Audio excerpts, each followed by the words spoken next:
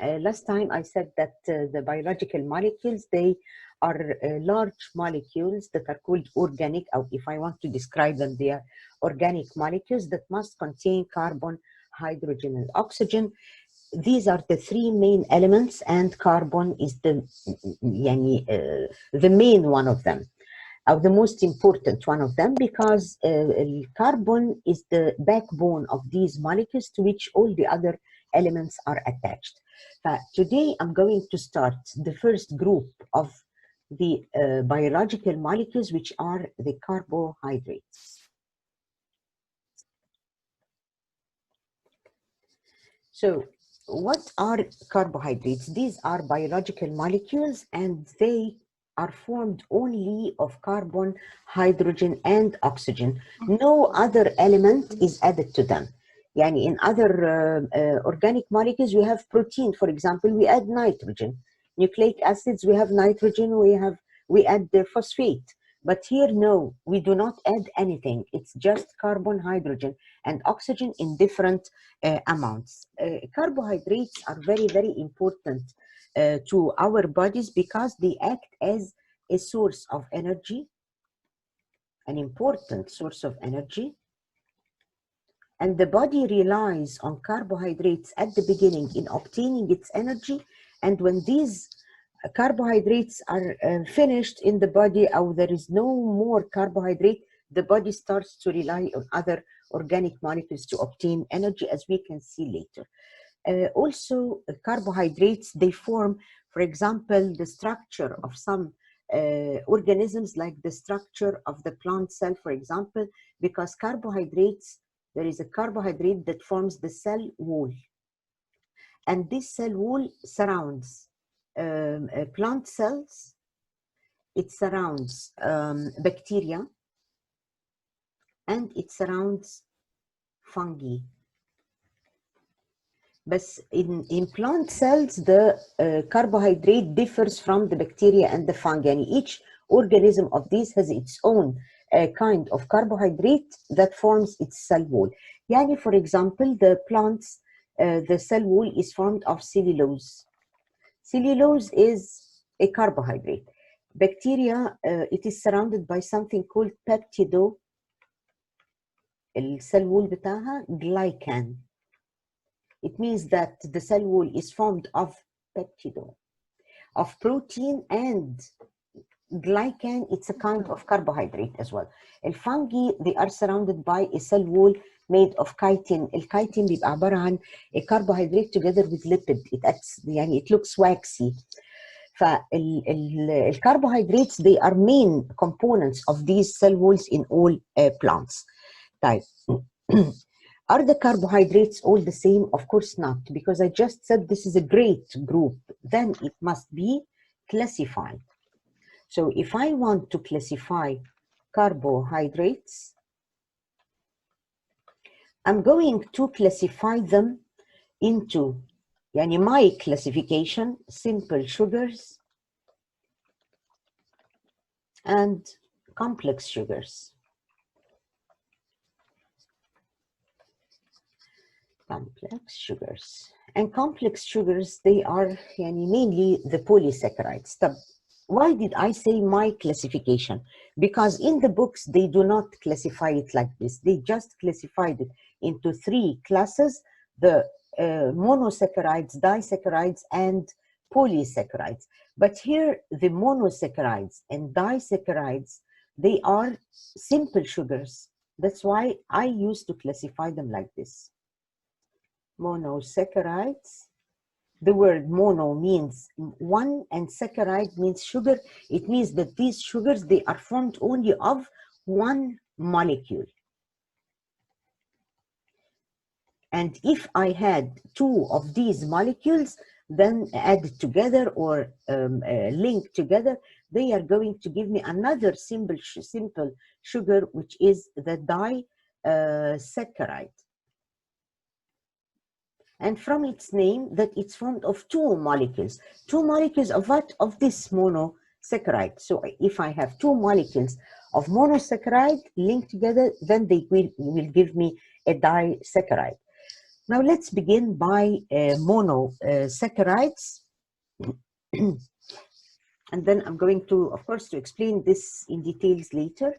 So let's begin by the first sugar, which is monosaccharide. As I just said, that it is formed of one molecule only. What's the general formula for all monosaccharides? As I said, that they are formed of carbon, hydrogen, and oxygen only. But the ratio of the carbon to the hydrogen and the hydrogen to the oxygen is 1 to 2 to 1 in the monosaccharides. How many of these N? What is this N? It is just a number. And this number has to be a low number. Let me give you an example. If this N is equal to 3, it means that we are going to take the general formula like this, and we multiply everything inside the bracket by 3. It means that I'm going to multiply the carbon by 3, so it's going to be 3 carbon atoms. The 3 times 2, then 6 hydrogen atoms, and O times 3 means 3 oxygen atoms. So this N that I put here is going to change the, if it changed, so it's going to change the kind of monosaccharide. So when I find that the number of carbon atoms is 3, so I call these compounds or sugars the trioses. Because tri, as you know, means 3. Ose is a suffix that's always added to express a sugar. I have here a triose, depending on what? On the number of the carbon atoms. Now, what is this triose? Let me give you an example. In our, in living organisms, in plants, when they perform photosynthesis, we always knew that carbon dioxide plus water gives glucose plus oxygen. طبعا الفوتوسينثيسيس these يعني we just mentioned the final reaction or the final equation, but photosynthesis is a series of chemical reactions, some of them happening in the presence of the sunlight, some of them happening away from the sunlight or without the need of sunlight. So the final result is this triose, not glucose. But the plant is going to link 2 of them together, of these trioses, to give me glucose. If you have 3 carbons here and 3 carbons there, this give 6 carbons. 6 and 6 gives 12. 3 and 3 will give 6. So at the beginning, the plant in the mitochondria, they form this triose, and it's called phosphoglyceraldehyde. In A2, you're going to learn all this in details, طبعا. The plant takes 2 of these trioses to form this glucose.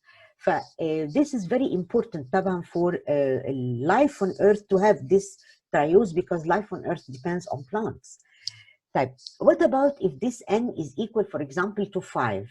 So we have CH2O times 5. So this will give me C5H10O5. Of course, by multiplying the 5 with these. When I find 5 carbon atoms, then it is a pentose. Penta means 5. Okay, so what's the example for the pentose sugars? We have 2 of them that we always have to know, which are the ribose sugar that's found in ribonucleic acid or the RNA. And we have also the deoxyribose sugar, which is found in DNA, or deoxyribonucleic acid. So these are the 2 sugars that we have to know only their names now.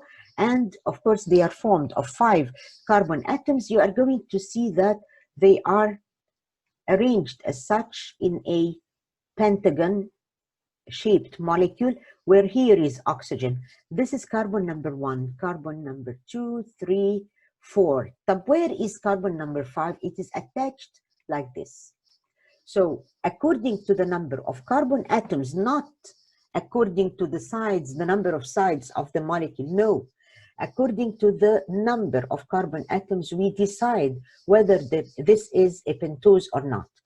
Type, if the N is equal to 6, so this will lead me to another kind of sugar, which is very important, CH2O times 6. This is going to give C6H12O6. And of course, you're going to say this is glucose. No, this is a sugar of a hexose kind. Hexa means 6. So hexose means any sugar that has 6 carbon atoms in its molecule. Like what? We have glucose, we have fructose, and we have galactose. All these are examples of monosaccharides and of the hexose kind, or where there is there are 6 carbon atoms in their molecules. Does this mean that all of them, they have the same formula? Yes, they are. They have the same number of atoms for carbon, hydrogen, and oxygen. But what's the difference between the three? The structure of their molecule. Yes, of course. Yeah, and you can see later that the glucose is a hexagonal shaped molecule. El fructose looks like a pentagon. Yani, that's why I just told you here that we are not counting the sides of the shape of the molecule, but we are counting the carbon atoms in order to say this is pentose. Here, the fructose, it contains 6 carbon atoms, but it looks like this. Galactose, it looks like this, but with a different arrangement of the hydrogen and oxygen, differ in their arrangement on the carbon atoms. Type, what is glucose? Glucose, it is a component of the sugar maltose, which is the disaccharide that I'm going to explain now.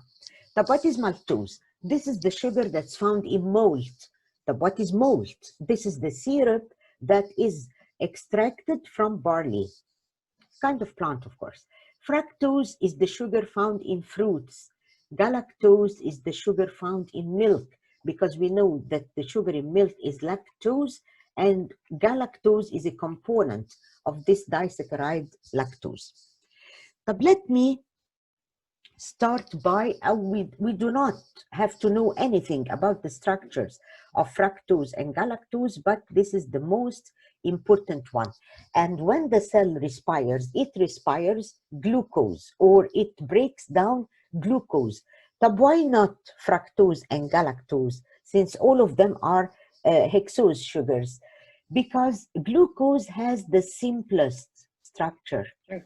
Yes, and the body always rely on the simple structures to break them down. Yani we need energy all the time, continuous supply of energy. But that's why the body is getting the energy from the simplest structure. If the energy was derived from fructose or galactose, the body will exert more effort.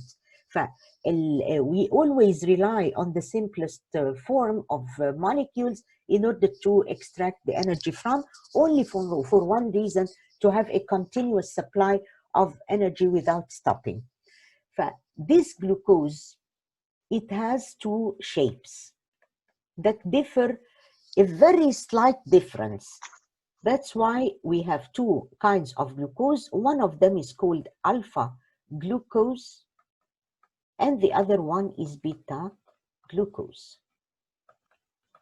Because they are nearly similar to each other, and both of them are kinds of glucose, we call them that they are isomers to each other. So alpha glucose is an isomer of beta glucose, and the opposite. But what's the difference? Let me add this picture for the types of glucose. Here are they. Glucose, alpha and beta, yes.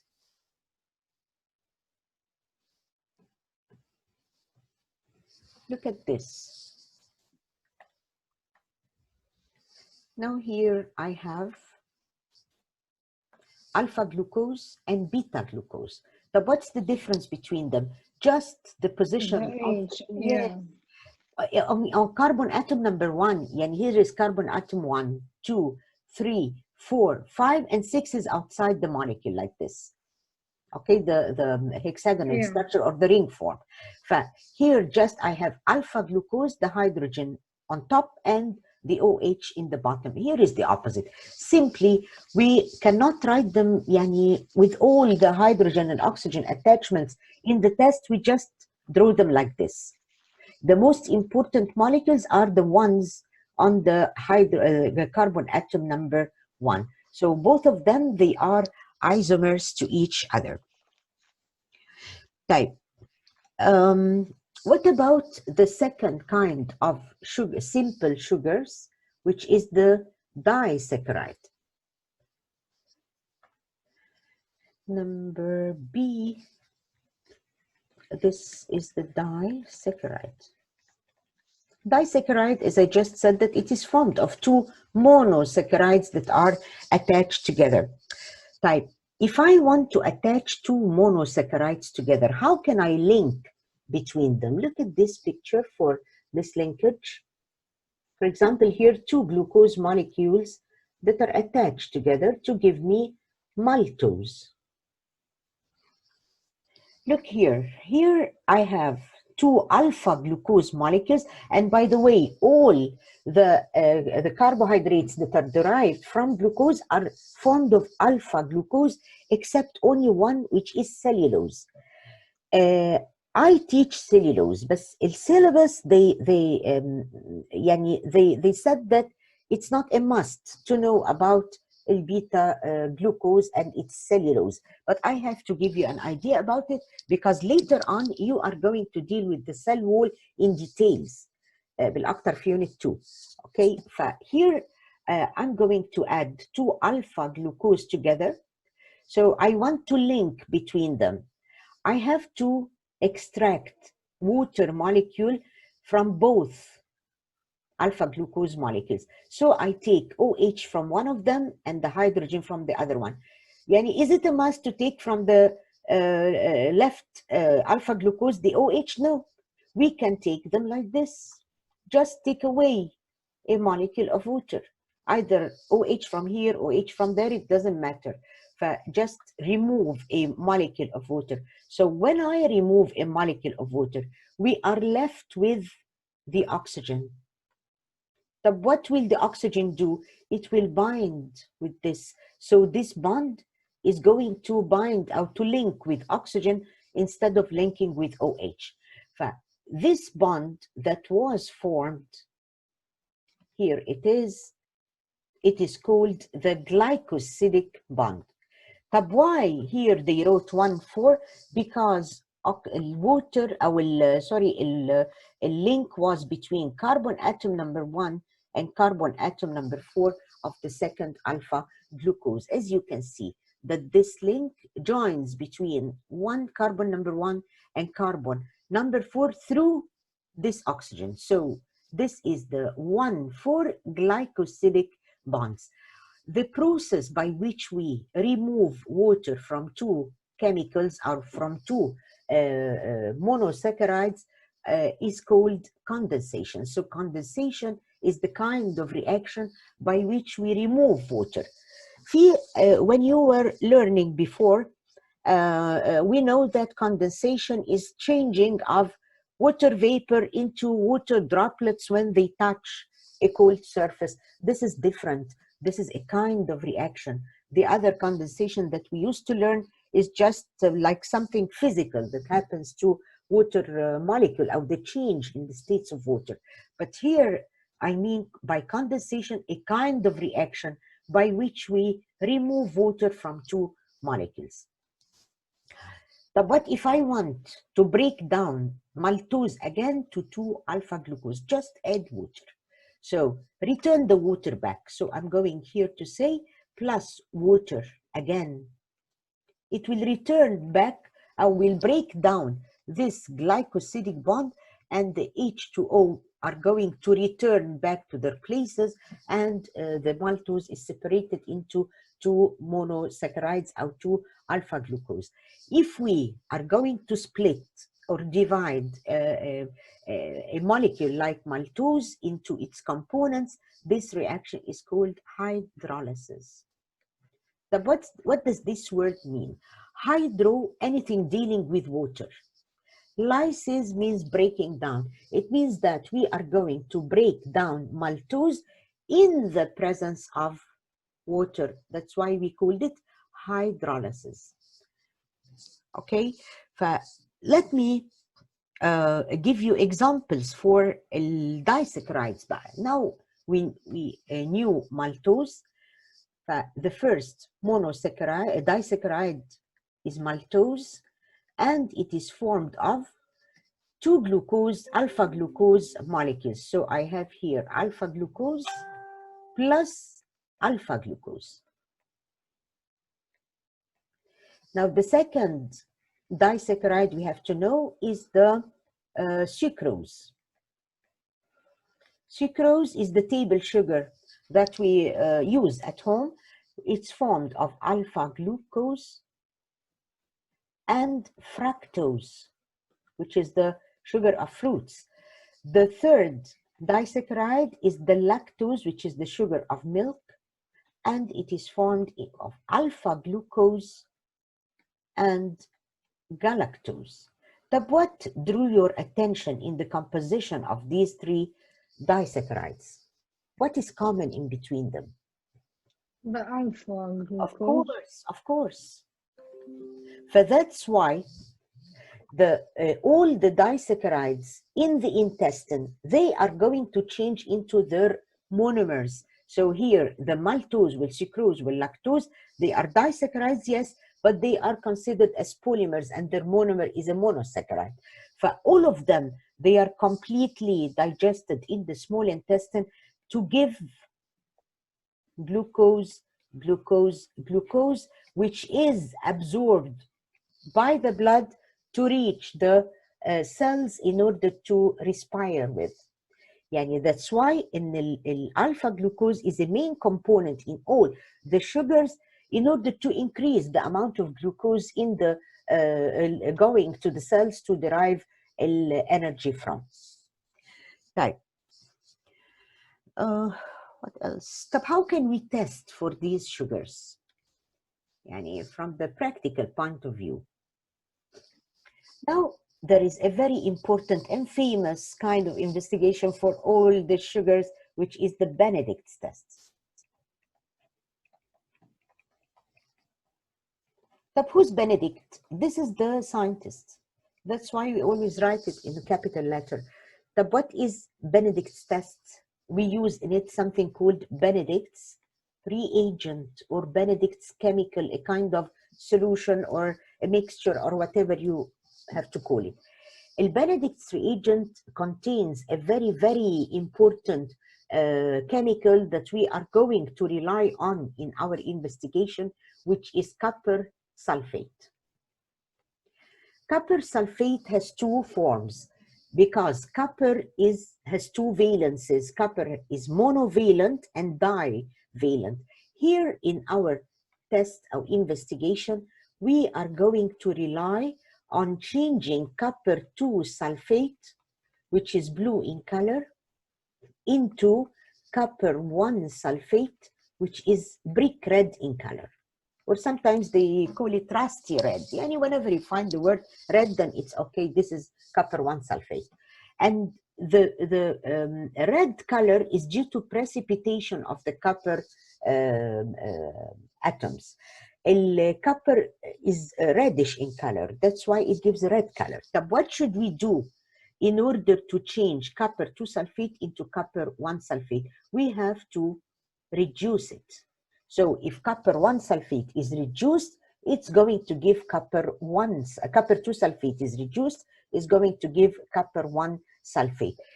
We use this test in testing for or detecting the reducing sugars. Why we call them reducing sugars? Because they are going to reduce the copper 2 sulfate into copper 1 sulfate. Type, are all the sugars reducing? There is only one non-reducing sugar, which is sucrose. It means that if I added sucrose on copper sulfate, nothing will change. It will remain blue as it is. Now let's go to how this test is performed, how its procedure. I just give you the idea how the test is going to work by reducing the copper to sulfate. Now, what are we going to do? We are going to bring a test tube or a boiling tube or whatever. Both of them, they are the same, just the size and the material of the glass. And we are going to put here about 3 centimeters cubed of a certain sugar solution, of course. We don't know whether the sugar is reducing or not. Sugar solution. And then we are going to add to this the same amount of Benedict's reagent, which is 3 centimeters cubed of Benedict's reagent that contains copper 2 sulfate. Type. If we mix them together like this, they are all, the blue color of the copper sulfate is going to change the whole color into blue because the sugar solution is transparent, of course. But we are going to put this in a water bath, for example, in a beaker or whatever. And we have to add water, of course, but the water must cover the level of the liquid that's found in the tube. But how can we know the temperature? Never forget to put a thermometer. There comes a question always, how can you control the temperature? By putting a thermometer where sometimes we see a thermostatic adjustable water bath. It doesn't need a thermometer, طبعا بيبقى digital. Here we are going to heat, and we're going to wait till the temperature rises to about 90 degrees Celsius. It's about to boil. The water is about to boil. During the raising of temperature, we are going to watch what happens in this test tube. We're going to see that the color was blue. Then when the temperature rises a bit, it's going to be green. And when it rises more, it's going to be yellow. Then more heating, it's going to be orange. And then finally, when we reach تقريبا 80, 85, it's going to be red. This graduation in color depends on the temperature of the water bath that surrounds the test tube. Can we see from blue to orange to red immediately? Yes, we can, on one condition: if the sugar solution is concentrated. So if the sugar solution is concentrated, we are not going to see this usual natural graduation of the color of Benedict's reagent, but we are على طول from blue to red, or orange red. So very, very fast reaction between them. Here, because of this change of color from blue to red, it means that the blue copper sulfate, 2 sulfate, was reduced at the end of the investigation into copper 1 sulfate. And this, as I told you before, the red color is due to precipitation of the copper atoms.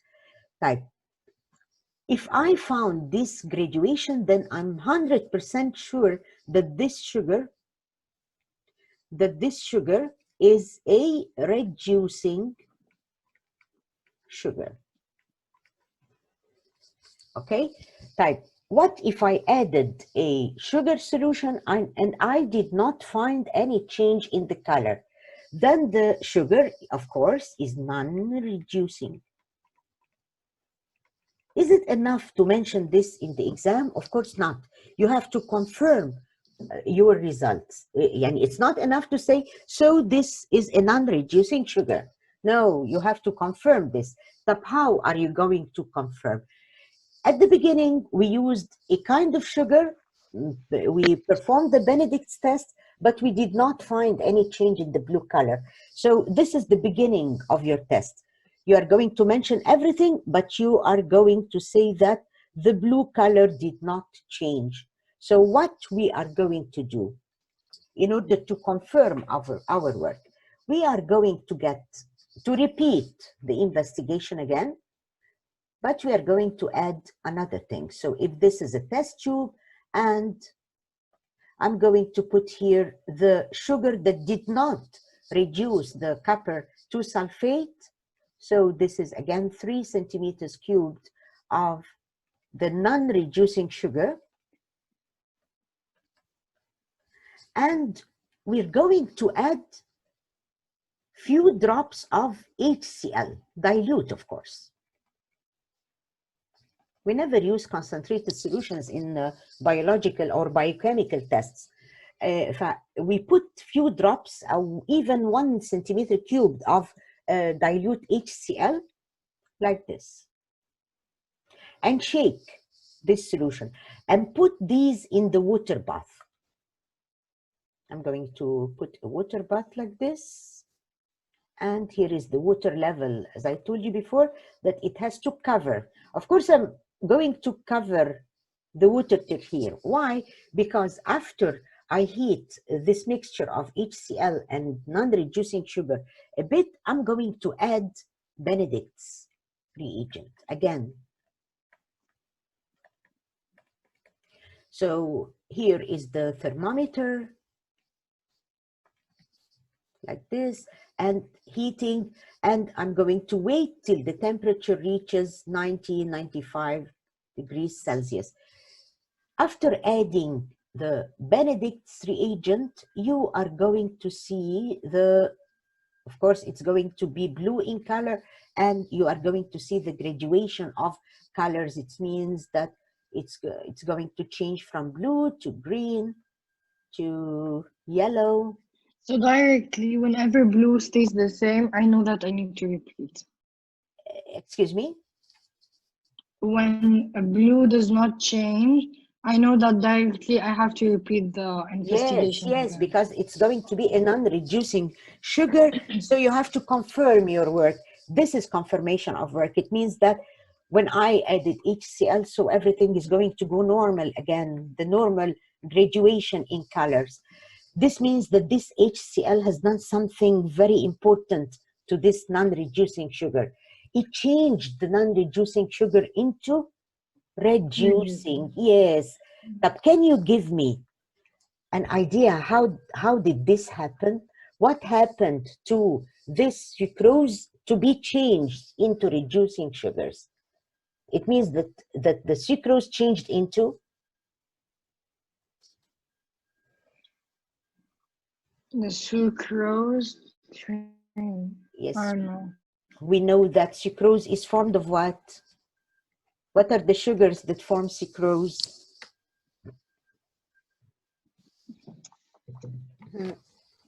Glucose? Glucose, very good. And can you remember? I just mentioned it before. Fructose. Yeah, fructose. Yes, that glucose and fructose, are they reducing sugars or not? No. Why not? Until we do the experiment. No, just a second. At the beginning of this investigation, I said that all the sugars are reducing except sucrose. Yeah. Okay. But when I break down this sucrose, it's going to give me 2 reducing sugars, and these are the sugars that are going to act on Benedict here. Okay, it means that the HCl has broken down sucrose into its components, okay, which are glucose and fructose, and the ones that are going to react are glucose and fructose and not sucrose. Khalas, sucrose is not found anymore. It was broken down into its components. So this is a confirmation reaction for proving that sucrose is non-reducing, and when we changed it into its reducing components, so the Benedict is going to take all the normal tests in graduation of colors. Let me add this picture, please.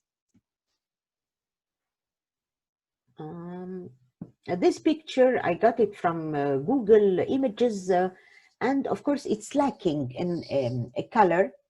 As you can see here, that this is blue at the beginning, this is green. We always describe it as earthy green, and then, but in the books they wrote it green, okay.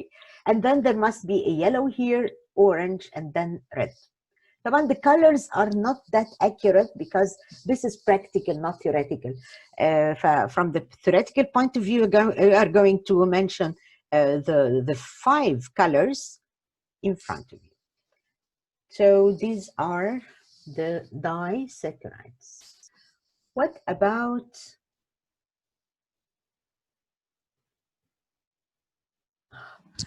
I was afraid it's not recording. Alhamdulillah, I found it recording.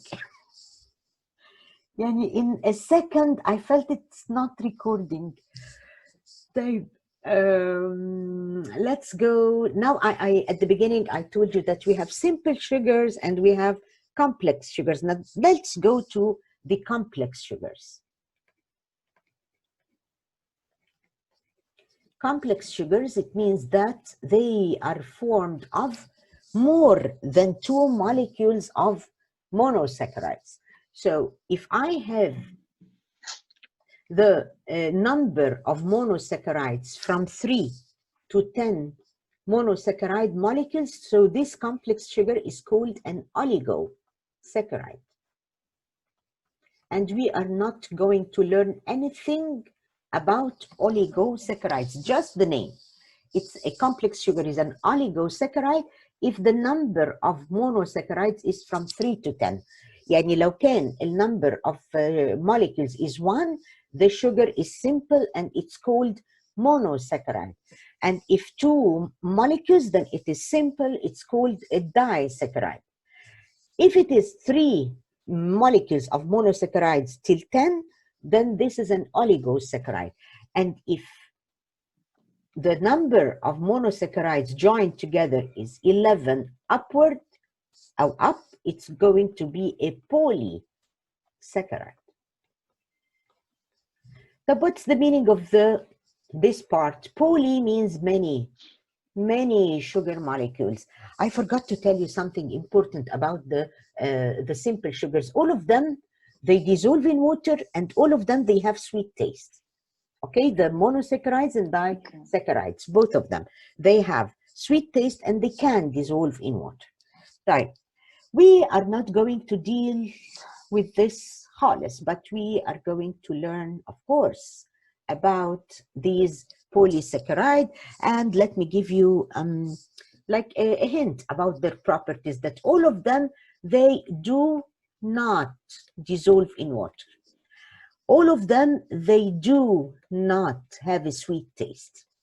They do not dissolve in water, and they do not have a sweet taste.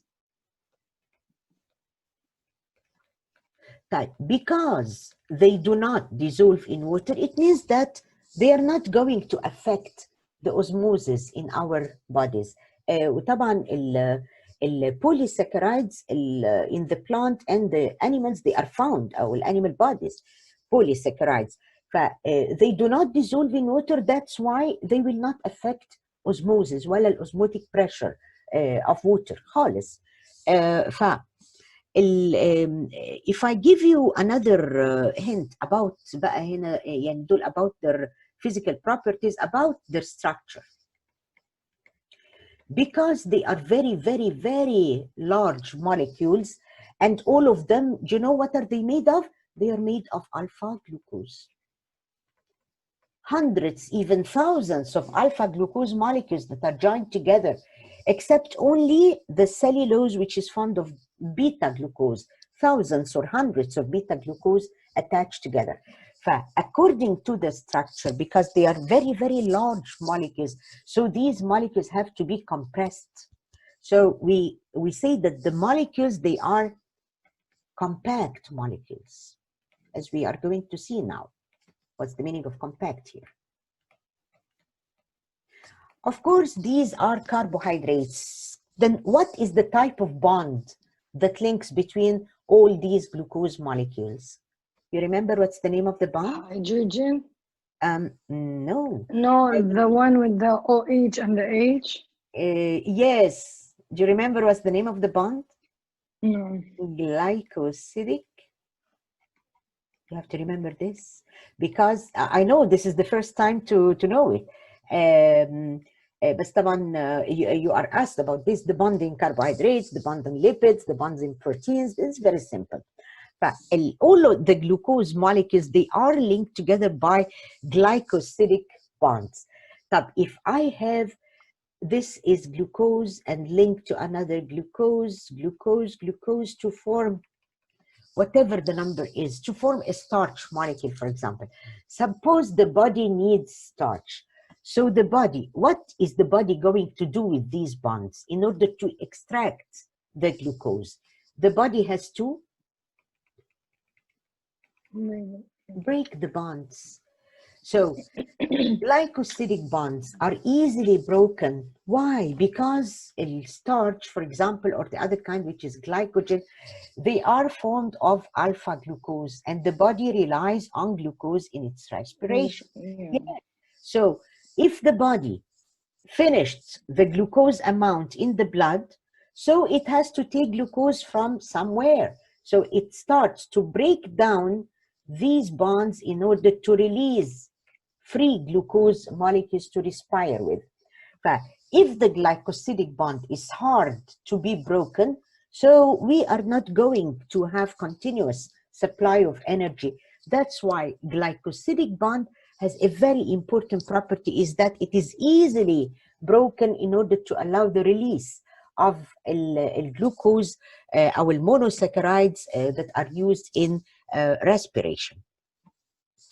And as I just said, again, according to the structure, they do not, it gathers between physical and chemical structure of the molecule, that because they do not dissolve in water, so they do not affect water potential with osmosis. Type. How are the polysaccharides formed? Type. Let me ask you a question. Suppose I have a glucose molecule here and another glucose molecule there, another one, whatever is the number. And I want to link them together. What should I do in order to link these two glucose molecules together? I want to make a bond between them. What should I do from the two adjacent glucose molecules? What should I extract?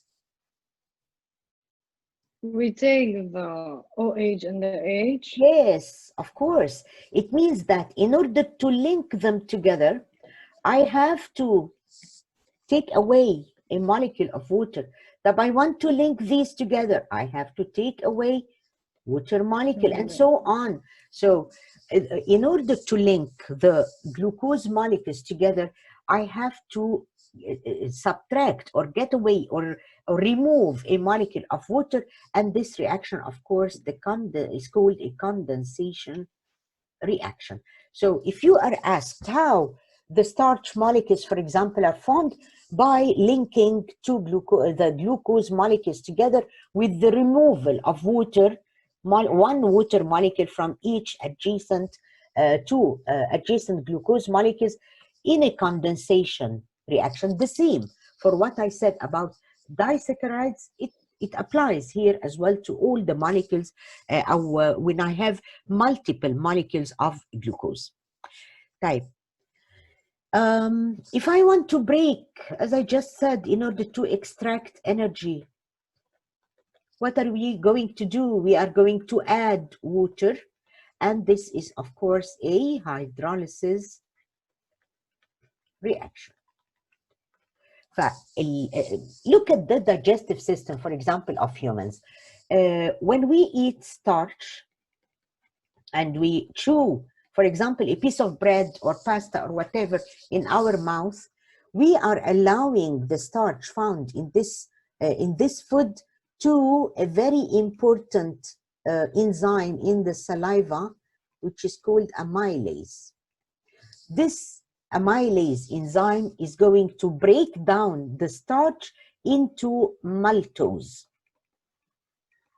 طب is maltose يا تانيا a disaccharide or a monosaccharide? It's a disaccharide. Di, of course. طب why the starch did not change immediately into monosaccharide? Because the starch is a very large molecule. And large molecules, they must not be broken immediately in the body. So they have to be broken at the beginning into, for example, smaller molecules. And these are the maltose molecules. And then this maltose is carried to the intestine for the maltase enzyme to act on. Maltase enzyme is going to break the glucose into the monosaccharide. So here, when there is a very large molecule, it has to be broken down in a gradual form, or it will be broken الأول into smaller molecules like maltose, and then into the smallest molecules, which are, of course, the glucose. طيب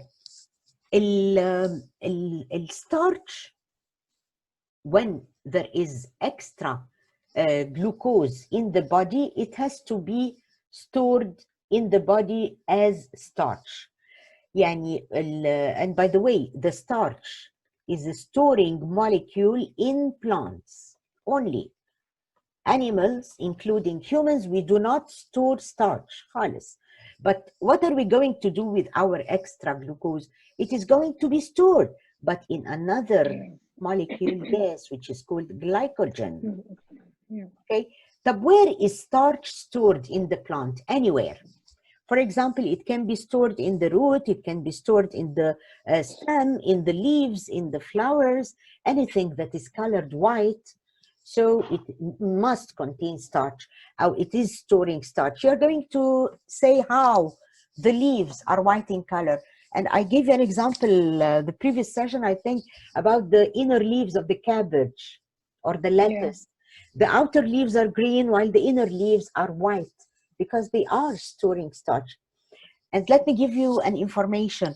If we peeled off the green leaves while the cabbage is still fixed in the soil, and we allowed these white colored leaves to be exposed to the sun, they are going to change into green. This is something dealing with the genes. But what about glycogen? Where is it stored in the animal body?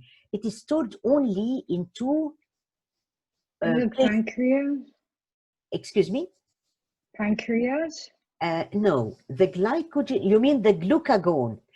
There is a difference between glucagon and glycogen.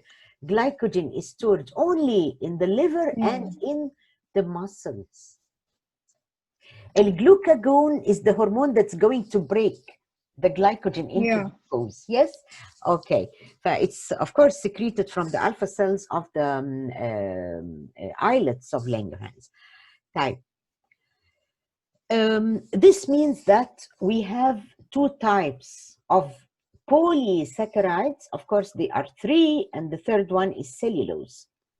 But the glycogen and starch, they are formed of alpha glucose molecules that are linked together by no, let me not mention this now, linked together by glycosidic bonds.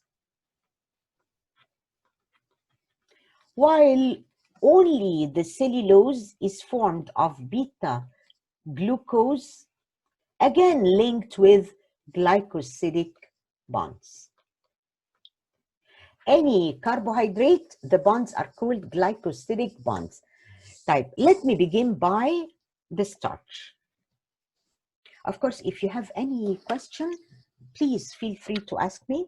And let me drink. Give me a second. It's okay.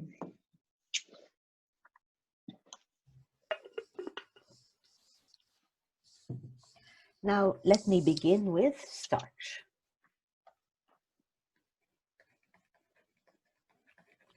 As I just said, that starch is the storing molecule for glucose in plants only. Of course, there are other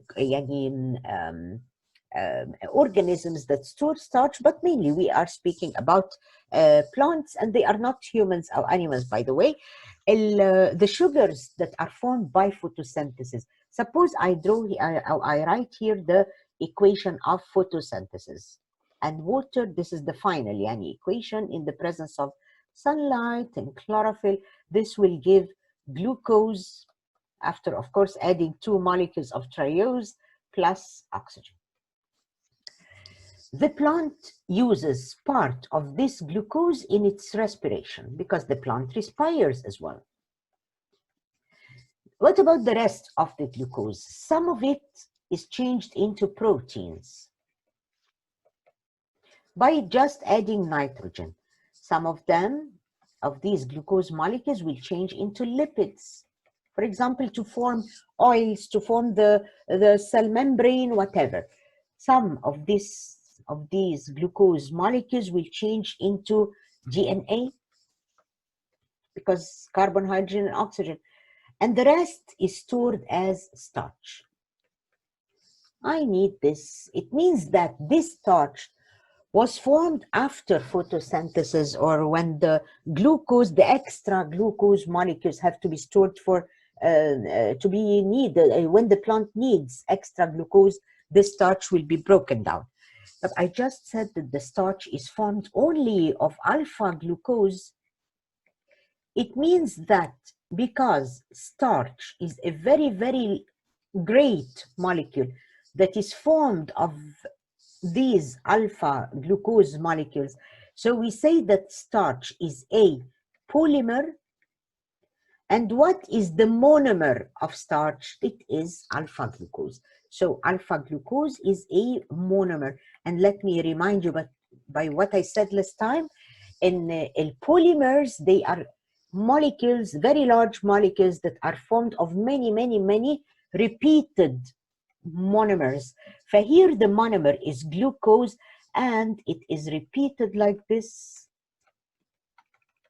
and attached together with these glycosidic bonds in order to form this polymer, which is the starch. So the starch has the monomers that are forming their molecule, and these monomers are alpha glucose. I'd like you to know something. I just said, about a few minutes ago, that there is an enzyme that is found in saliva, which is called amylase. Yes, and it is responsible for breaking down of starch. We usually name the enzymes according to their substrate. What is amyl, by which we called the enzyme? Because scientifically, starch is called amylum. That's why the enzyme was called amylase. What is is the starch only formed of one component? This amylum or starch, it is always formed of as a mixture of two compounds. These compounds are amylose and amylopectin. Any starch is formed of a mixture of these two forms of starch, amylose and amylopectin. They are mixed together to give us the starch molecule or the amylum molecule. What's the difference between them? The amylose is much simpler than amylopectin, but both of them, they are formed of alpha glucose. It means that the linking of alpha glucose differ, because I just said that amylose is simpler in its structure than amylopectin, means that there is something complex about this amylopectin. Now here, what's the simple structure of amylose? It is formed of about 200 to 5,000 glucose, alpha glucose taban, molecules attached together by glycosidic bonds. They are just attached like this, glycosidic bonds. And what is the type of this glycosidic bond? It is 1,4. glycosidic bonds. What does this mean? It means that this bond is formed between carbon atom number 1 of one glucose molecule and carbon atom number 4 of the other glucose molecule, and so on. This is repeated. Type. Because the polymers, when the molecule starts to be very, very long, yani even if the amylose is only 200 glucose molecules, this is a very long molecule. What if the molecules reached 5,000 fats? A great length. So all the, nearly most of the polymers, when their molecules are very, very large, so they begin to coil like this. Suppose you have a very long thread and you just left it to fall on a table. What's the thread going to look like? It's going to be coiled like this because it's very long. And if you have a very short thread and you left it on a table, it's going to be like this, straight and not coiled. The same happens here. If the molecule becomes very, very large, so it starts to coil, where in other polymers you are going to see another shape, which is folding. Here the amylose, because it's very long chain of glucose molecules, so it starts to coil, and this coiling becomes compact as the glucose molecules increase in number. For example, if I have 1,000 glucose molecules only, so the shape will be like this. What if I have 5,000? So it's going to coil more and more and more like this, in order to have the molecule in the same space. Look at the size here and the size there. The same space that is occupied by this molecule, but this is more compact, as if it is compressed. The coils are compressed, as if you have a spiral wire and you are stretching it and then recoiling it once more. Here, the amylose molecule, it is a simple molecule of starch, and it is formed of alpha glucose molecules from 200 to 5,000 glucose molecules linked by alpha 1,4 glycosidic bonds, where it is a compact molecule. So what about the amylopectin? Amylopectin again is formed of alpha glucose, but much, much, much more than the number of glucose in amylopectin. But these glucose are arranged like this. We have a chain form like this of glucose linked by 1,4 glycosidic bonds. And this chain has branches. It means that I'm going to make a branch like this and have another chain of glucose molecules. Whenever we find a chain, this chain or this chain, so the bonds are 1,4 glycosidic bonds. But what about here? What is the bond here? At the branch, it's going to be another bond, 1,6 glycosidic bond. Now, when I said 1,4 glycosidic bonds, I said that these are bonds between carbon atom number 1 of one glucose molecules and carbon atom number 4. But what about 1,6? It means that it's between carbon atom number 1 and carbon atom number 6 of another group. And let me show you this picture for the kinds of starch. Where are they? I have two pictures for them. Can you see them? Starch, starch, starch. Here it is. And I have another picture. This picture is from your book. I have another picture from Cambridge book. I'm going to show it to you as well. Look at these.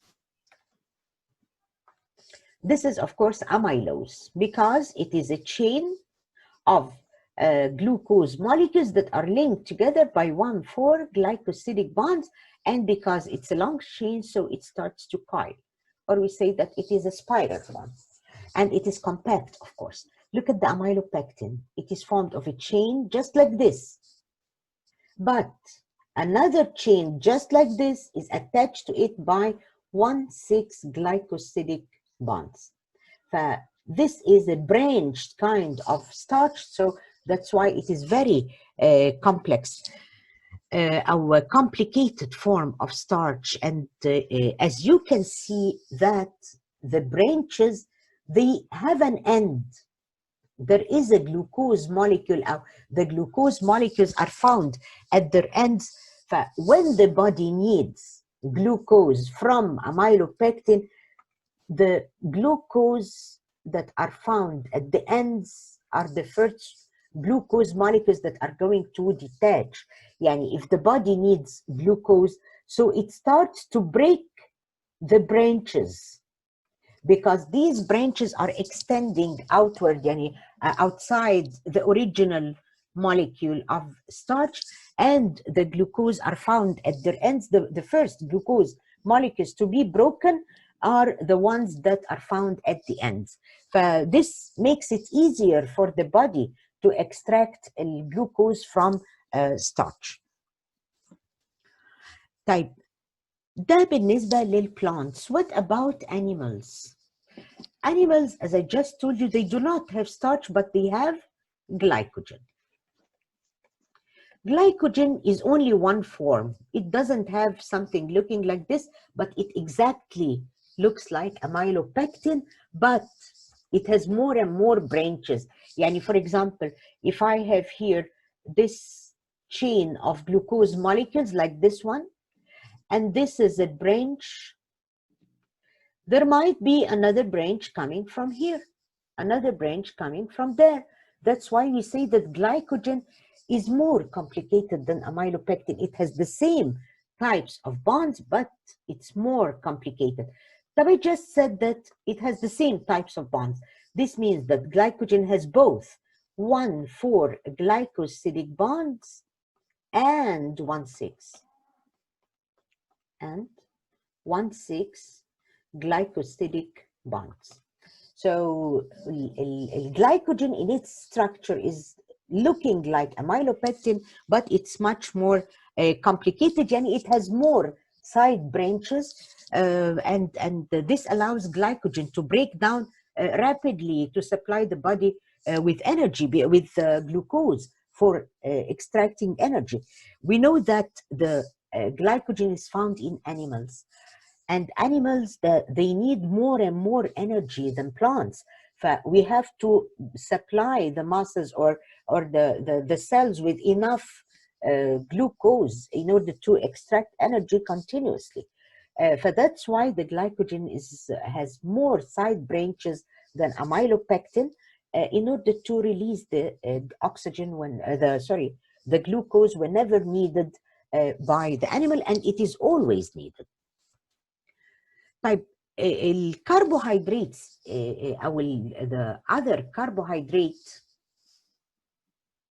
that I told you that it's not required in the syllabus, but يعني I need to explain it because it's going to be needed later on, which is the cellulose. Cellulose, of course, this is the material that forms the cell wall, and it is the only polysaccharide that is formed of beta glucose molecules. But how are they attached together? Let me put this picture to see the attachment, because when we attach alpha glucose, it's different from attaching beta glucose. But at the beginning, let me show you this picture. I told you that I'm going to show it to you for amylopectin. Look at this. طبعا it's يعني we don't need this complexity قوي هنا. It's just because they are showing you how the branch is formed. Here I have the main chain, which is linked, glucose molecules that are linked by 1,4 glycosidic bonds, and these are the branches. At the branch only, there is a 1,6 here, here, here, and here. But the rest of the chain is linked by 1,4. ده الاميلوبectin or glycogen. Now let me get the cellulose.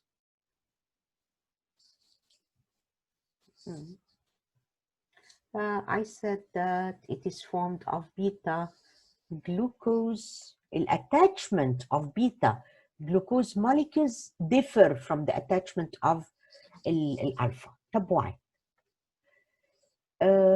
I have here like this. This is beta, where the OH is above and the H is below. Yes.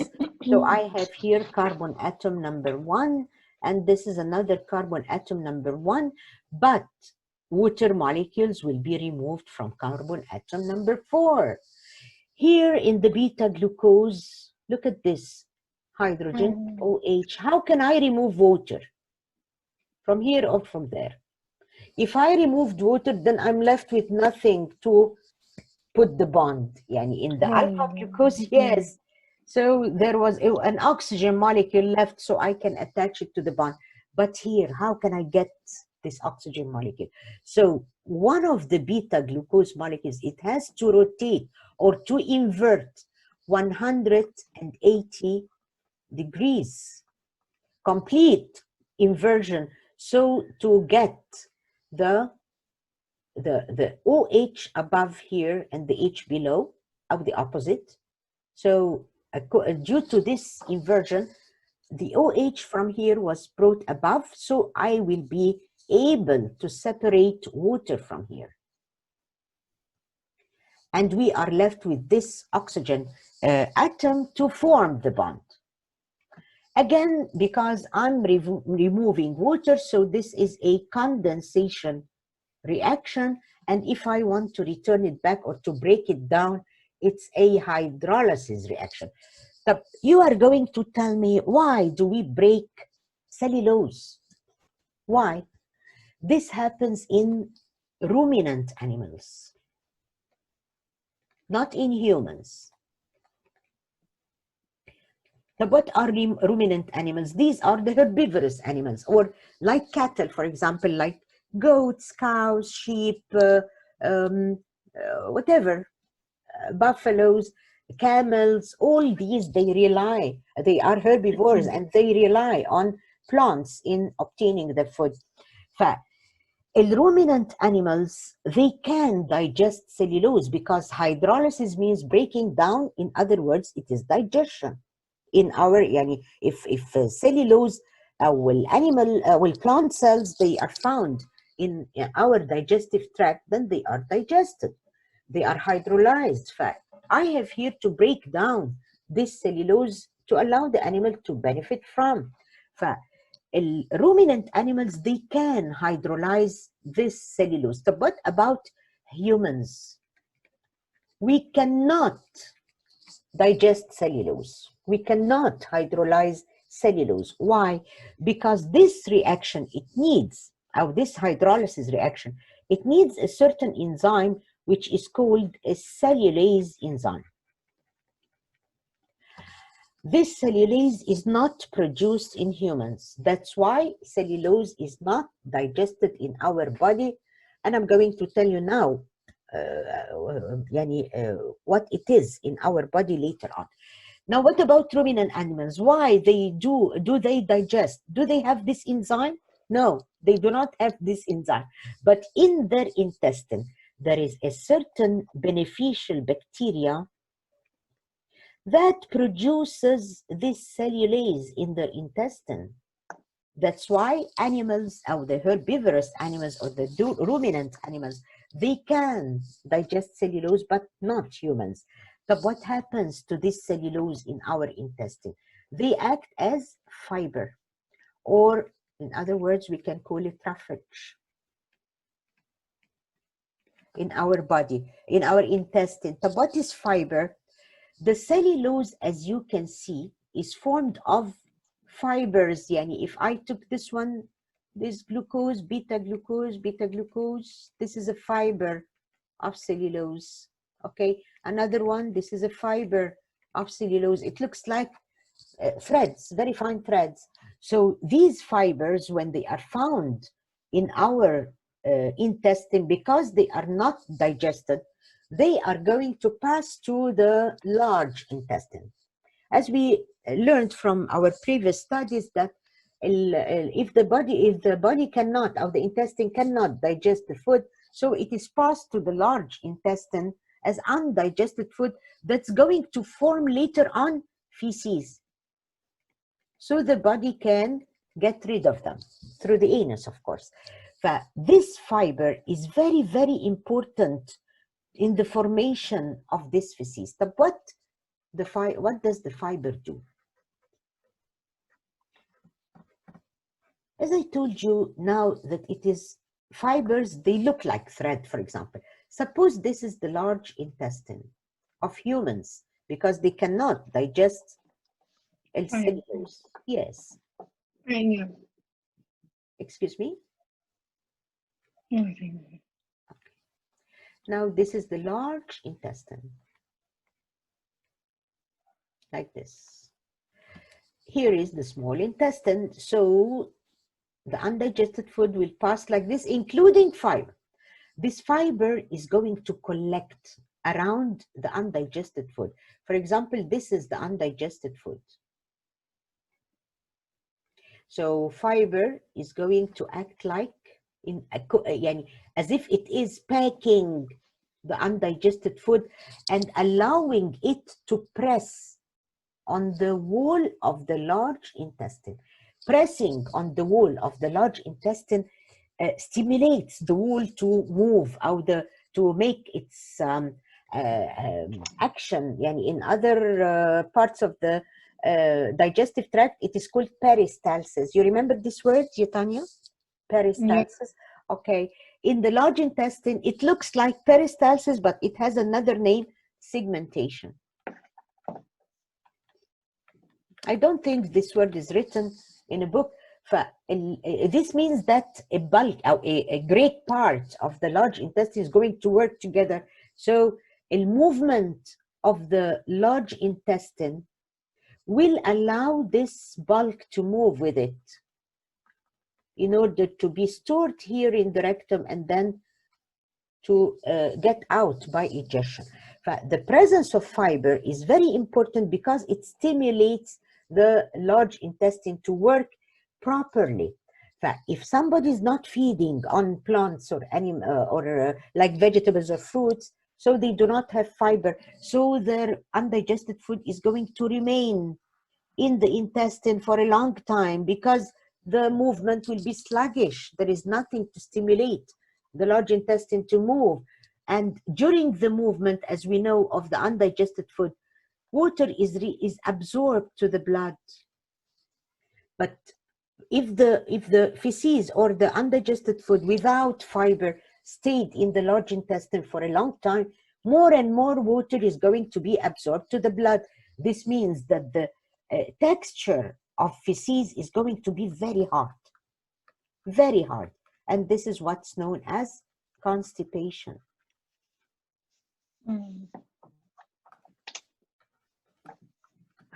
But what if there is fiber in our food? The movement of the intestine will be normal and the absorption of water will be normal absorption, allowing the texture of feces to be normal texture or normal consistency, not constipation and not diarrhea, midway between both, and it will not, of course, exhaust anybody while ingesting the undigested food.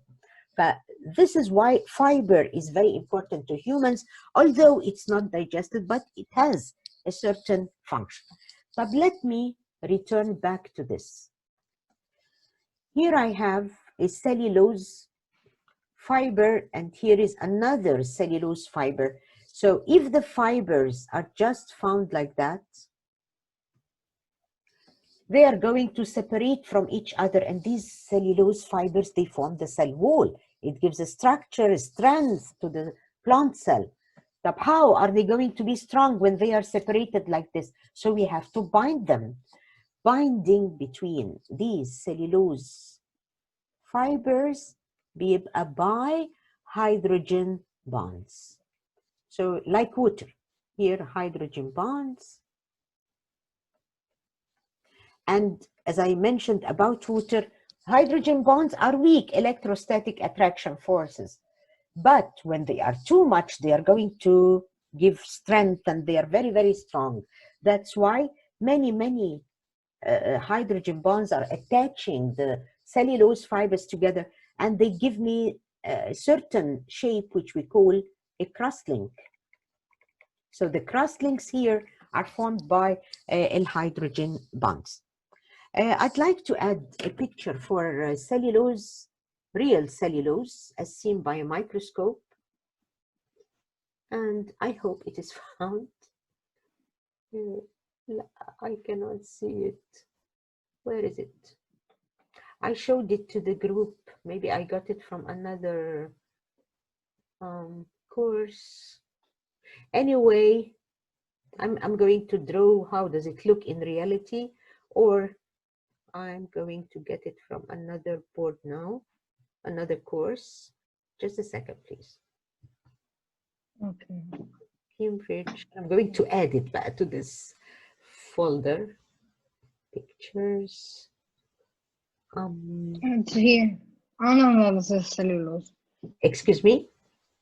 No, it's not this. I thought that was it. No, I have cellulose picture, yes, but it's not what I want. Look at this. I found it. Okay. Polysaccharides. Here it is.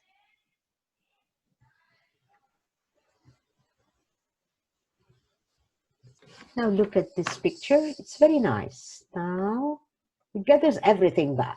Just look at this. These are the beta glucose molecules that are attached by glycosidic bonds. This is a fibril, very, very small fiber. And this is another fibril, and they are attached together by hydrogen bonds. So a group of fibrils are going to form a bundle. These are microfibrils. They are going to form several microfibrils. They are going to form a fibril, and many fibrils. They are going to give me the cellulose fiber. Now look at this. This is cellulose in reality. Look at these lines. These are the fibers here, and they are attached, of course, together by hydrogen bonds. So what are they? These. Are they cross links that I just mentioned? La.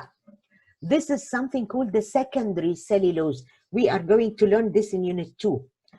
This is called primary cellulose, and this is secondary cellulose. We are going to learn it for Unit 2 in details when we learn when you learn the division of the plant cell happens. That's all about carbohydrates, and we are left with only the testing for carbohydrates, or for polysaccharides. So if we want to test for starch, the famous test, which is the iodine test.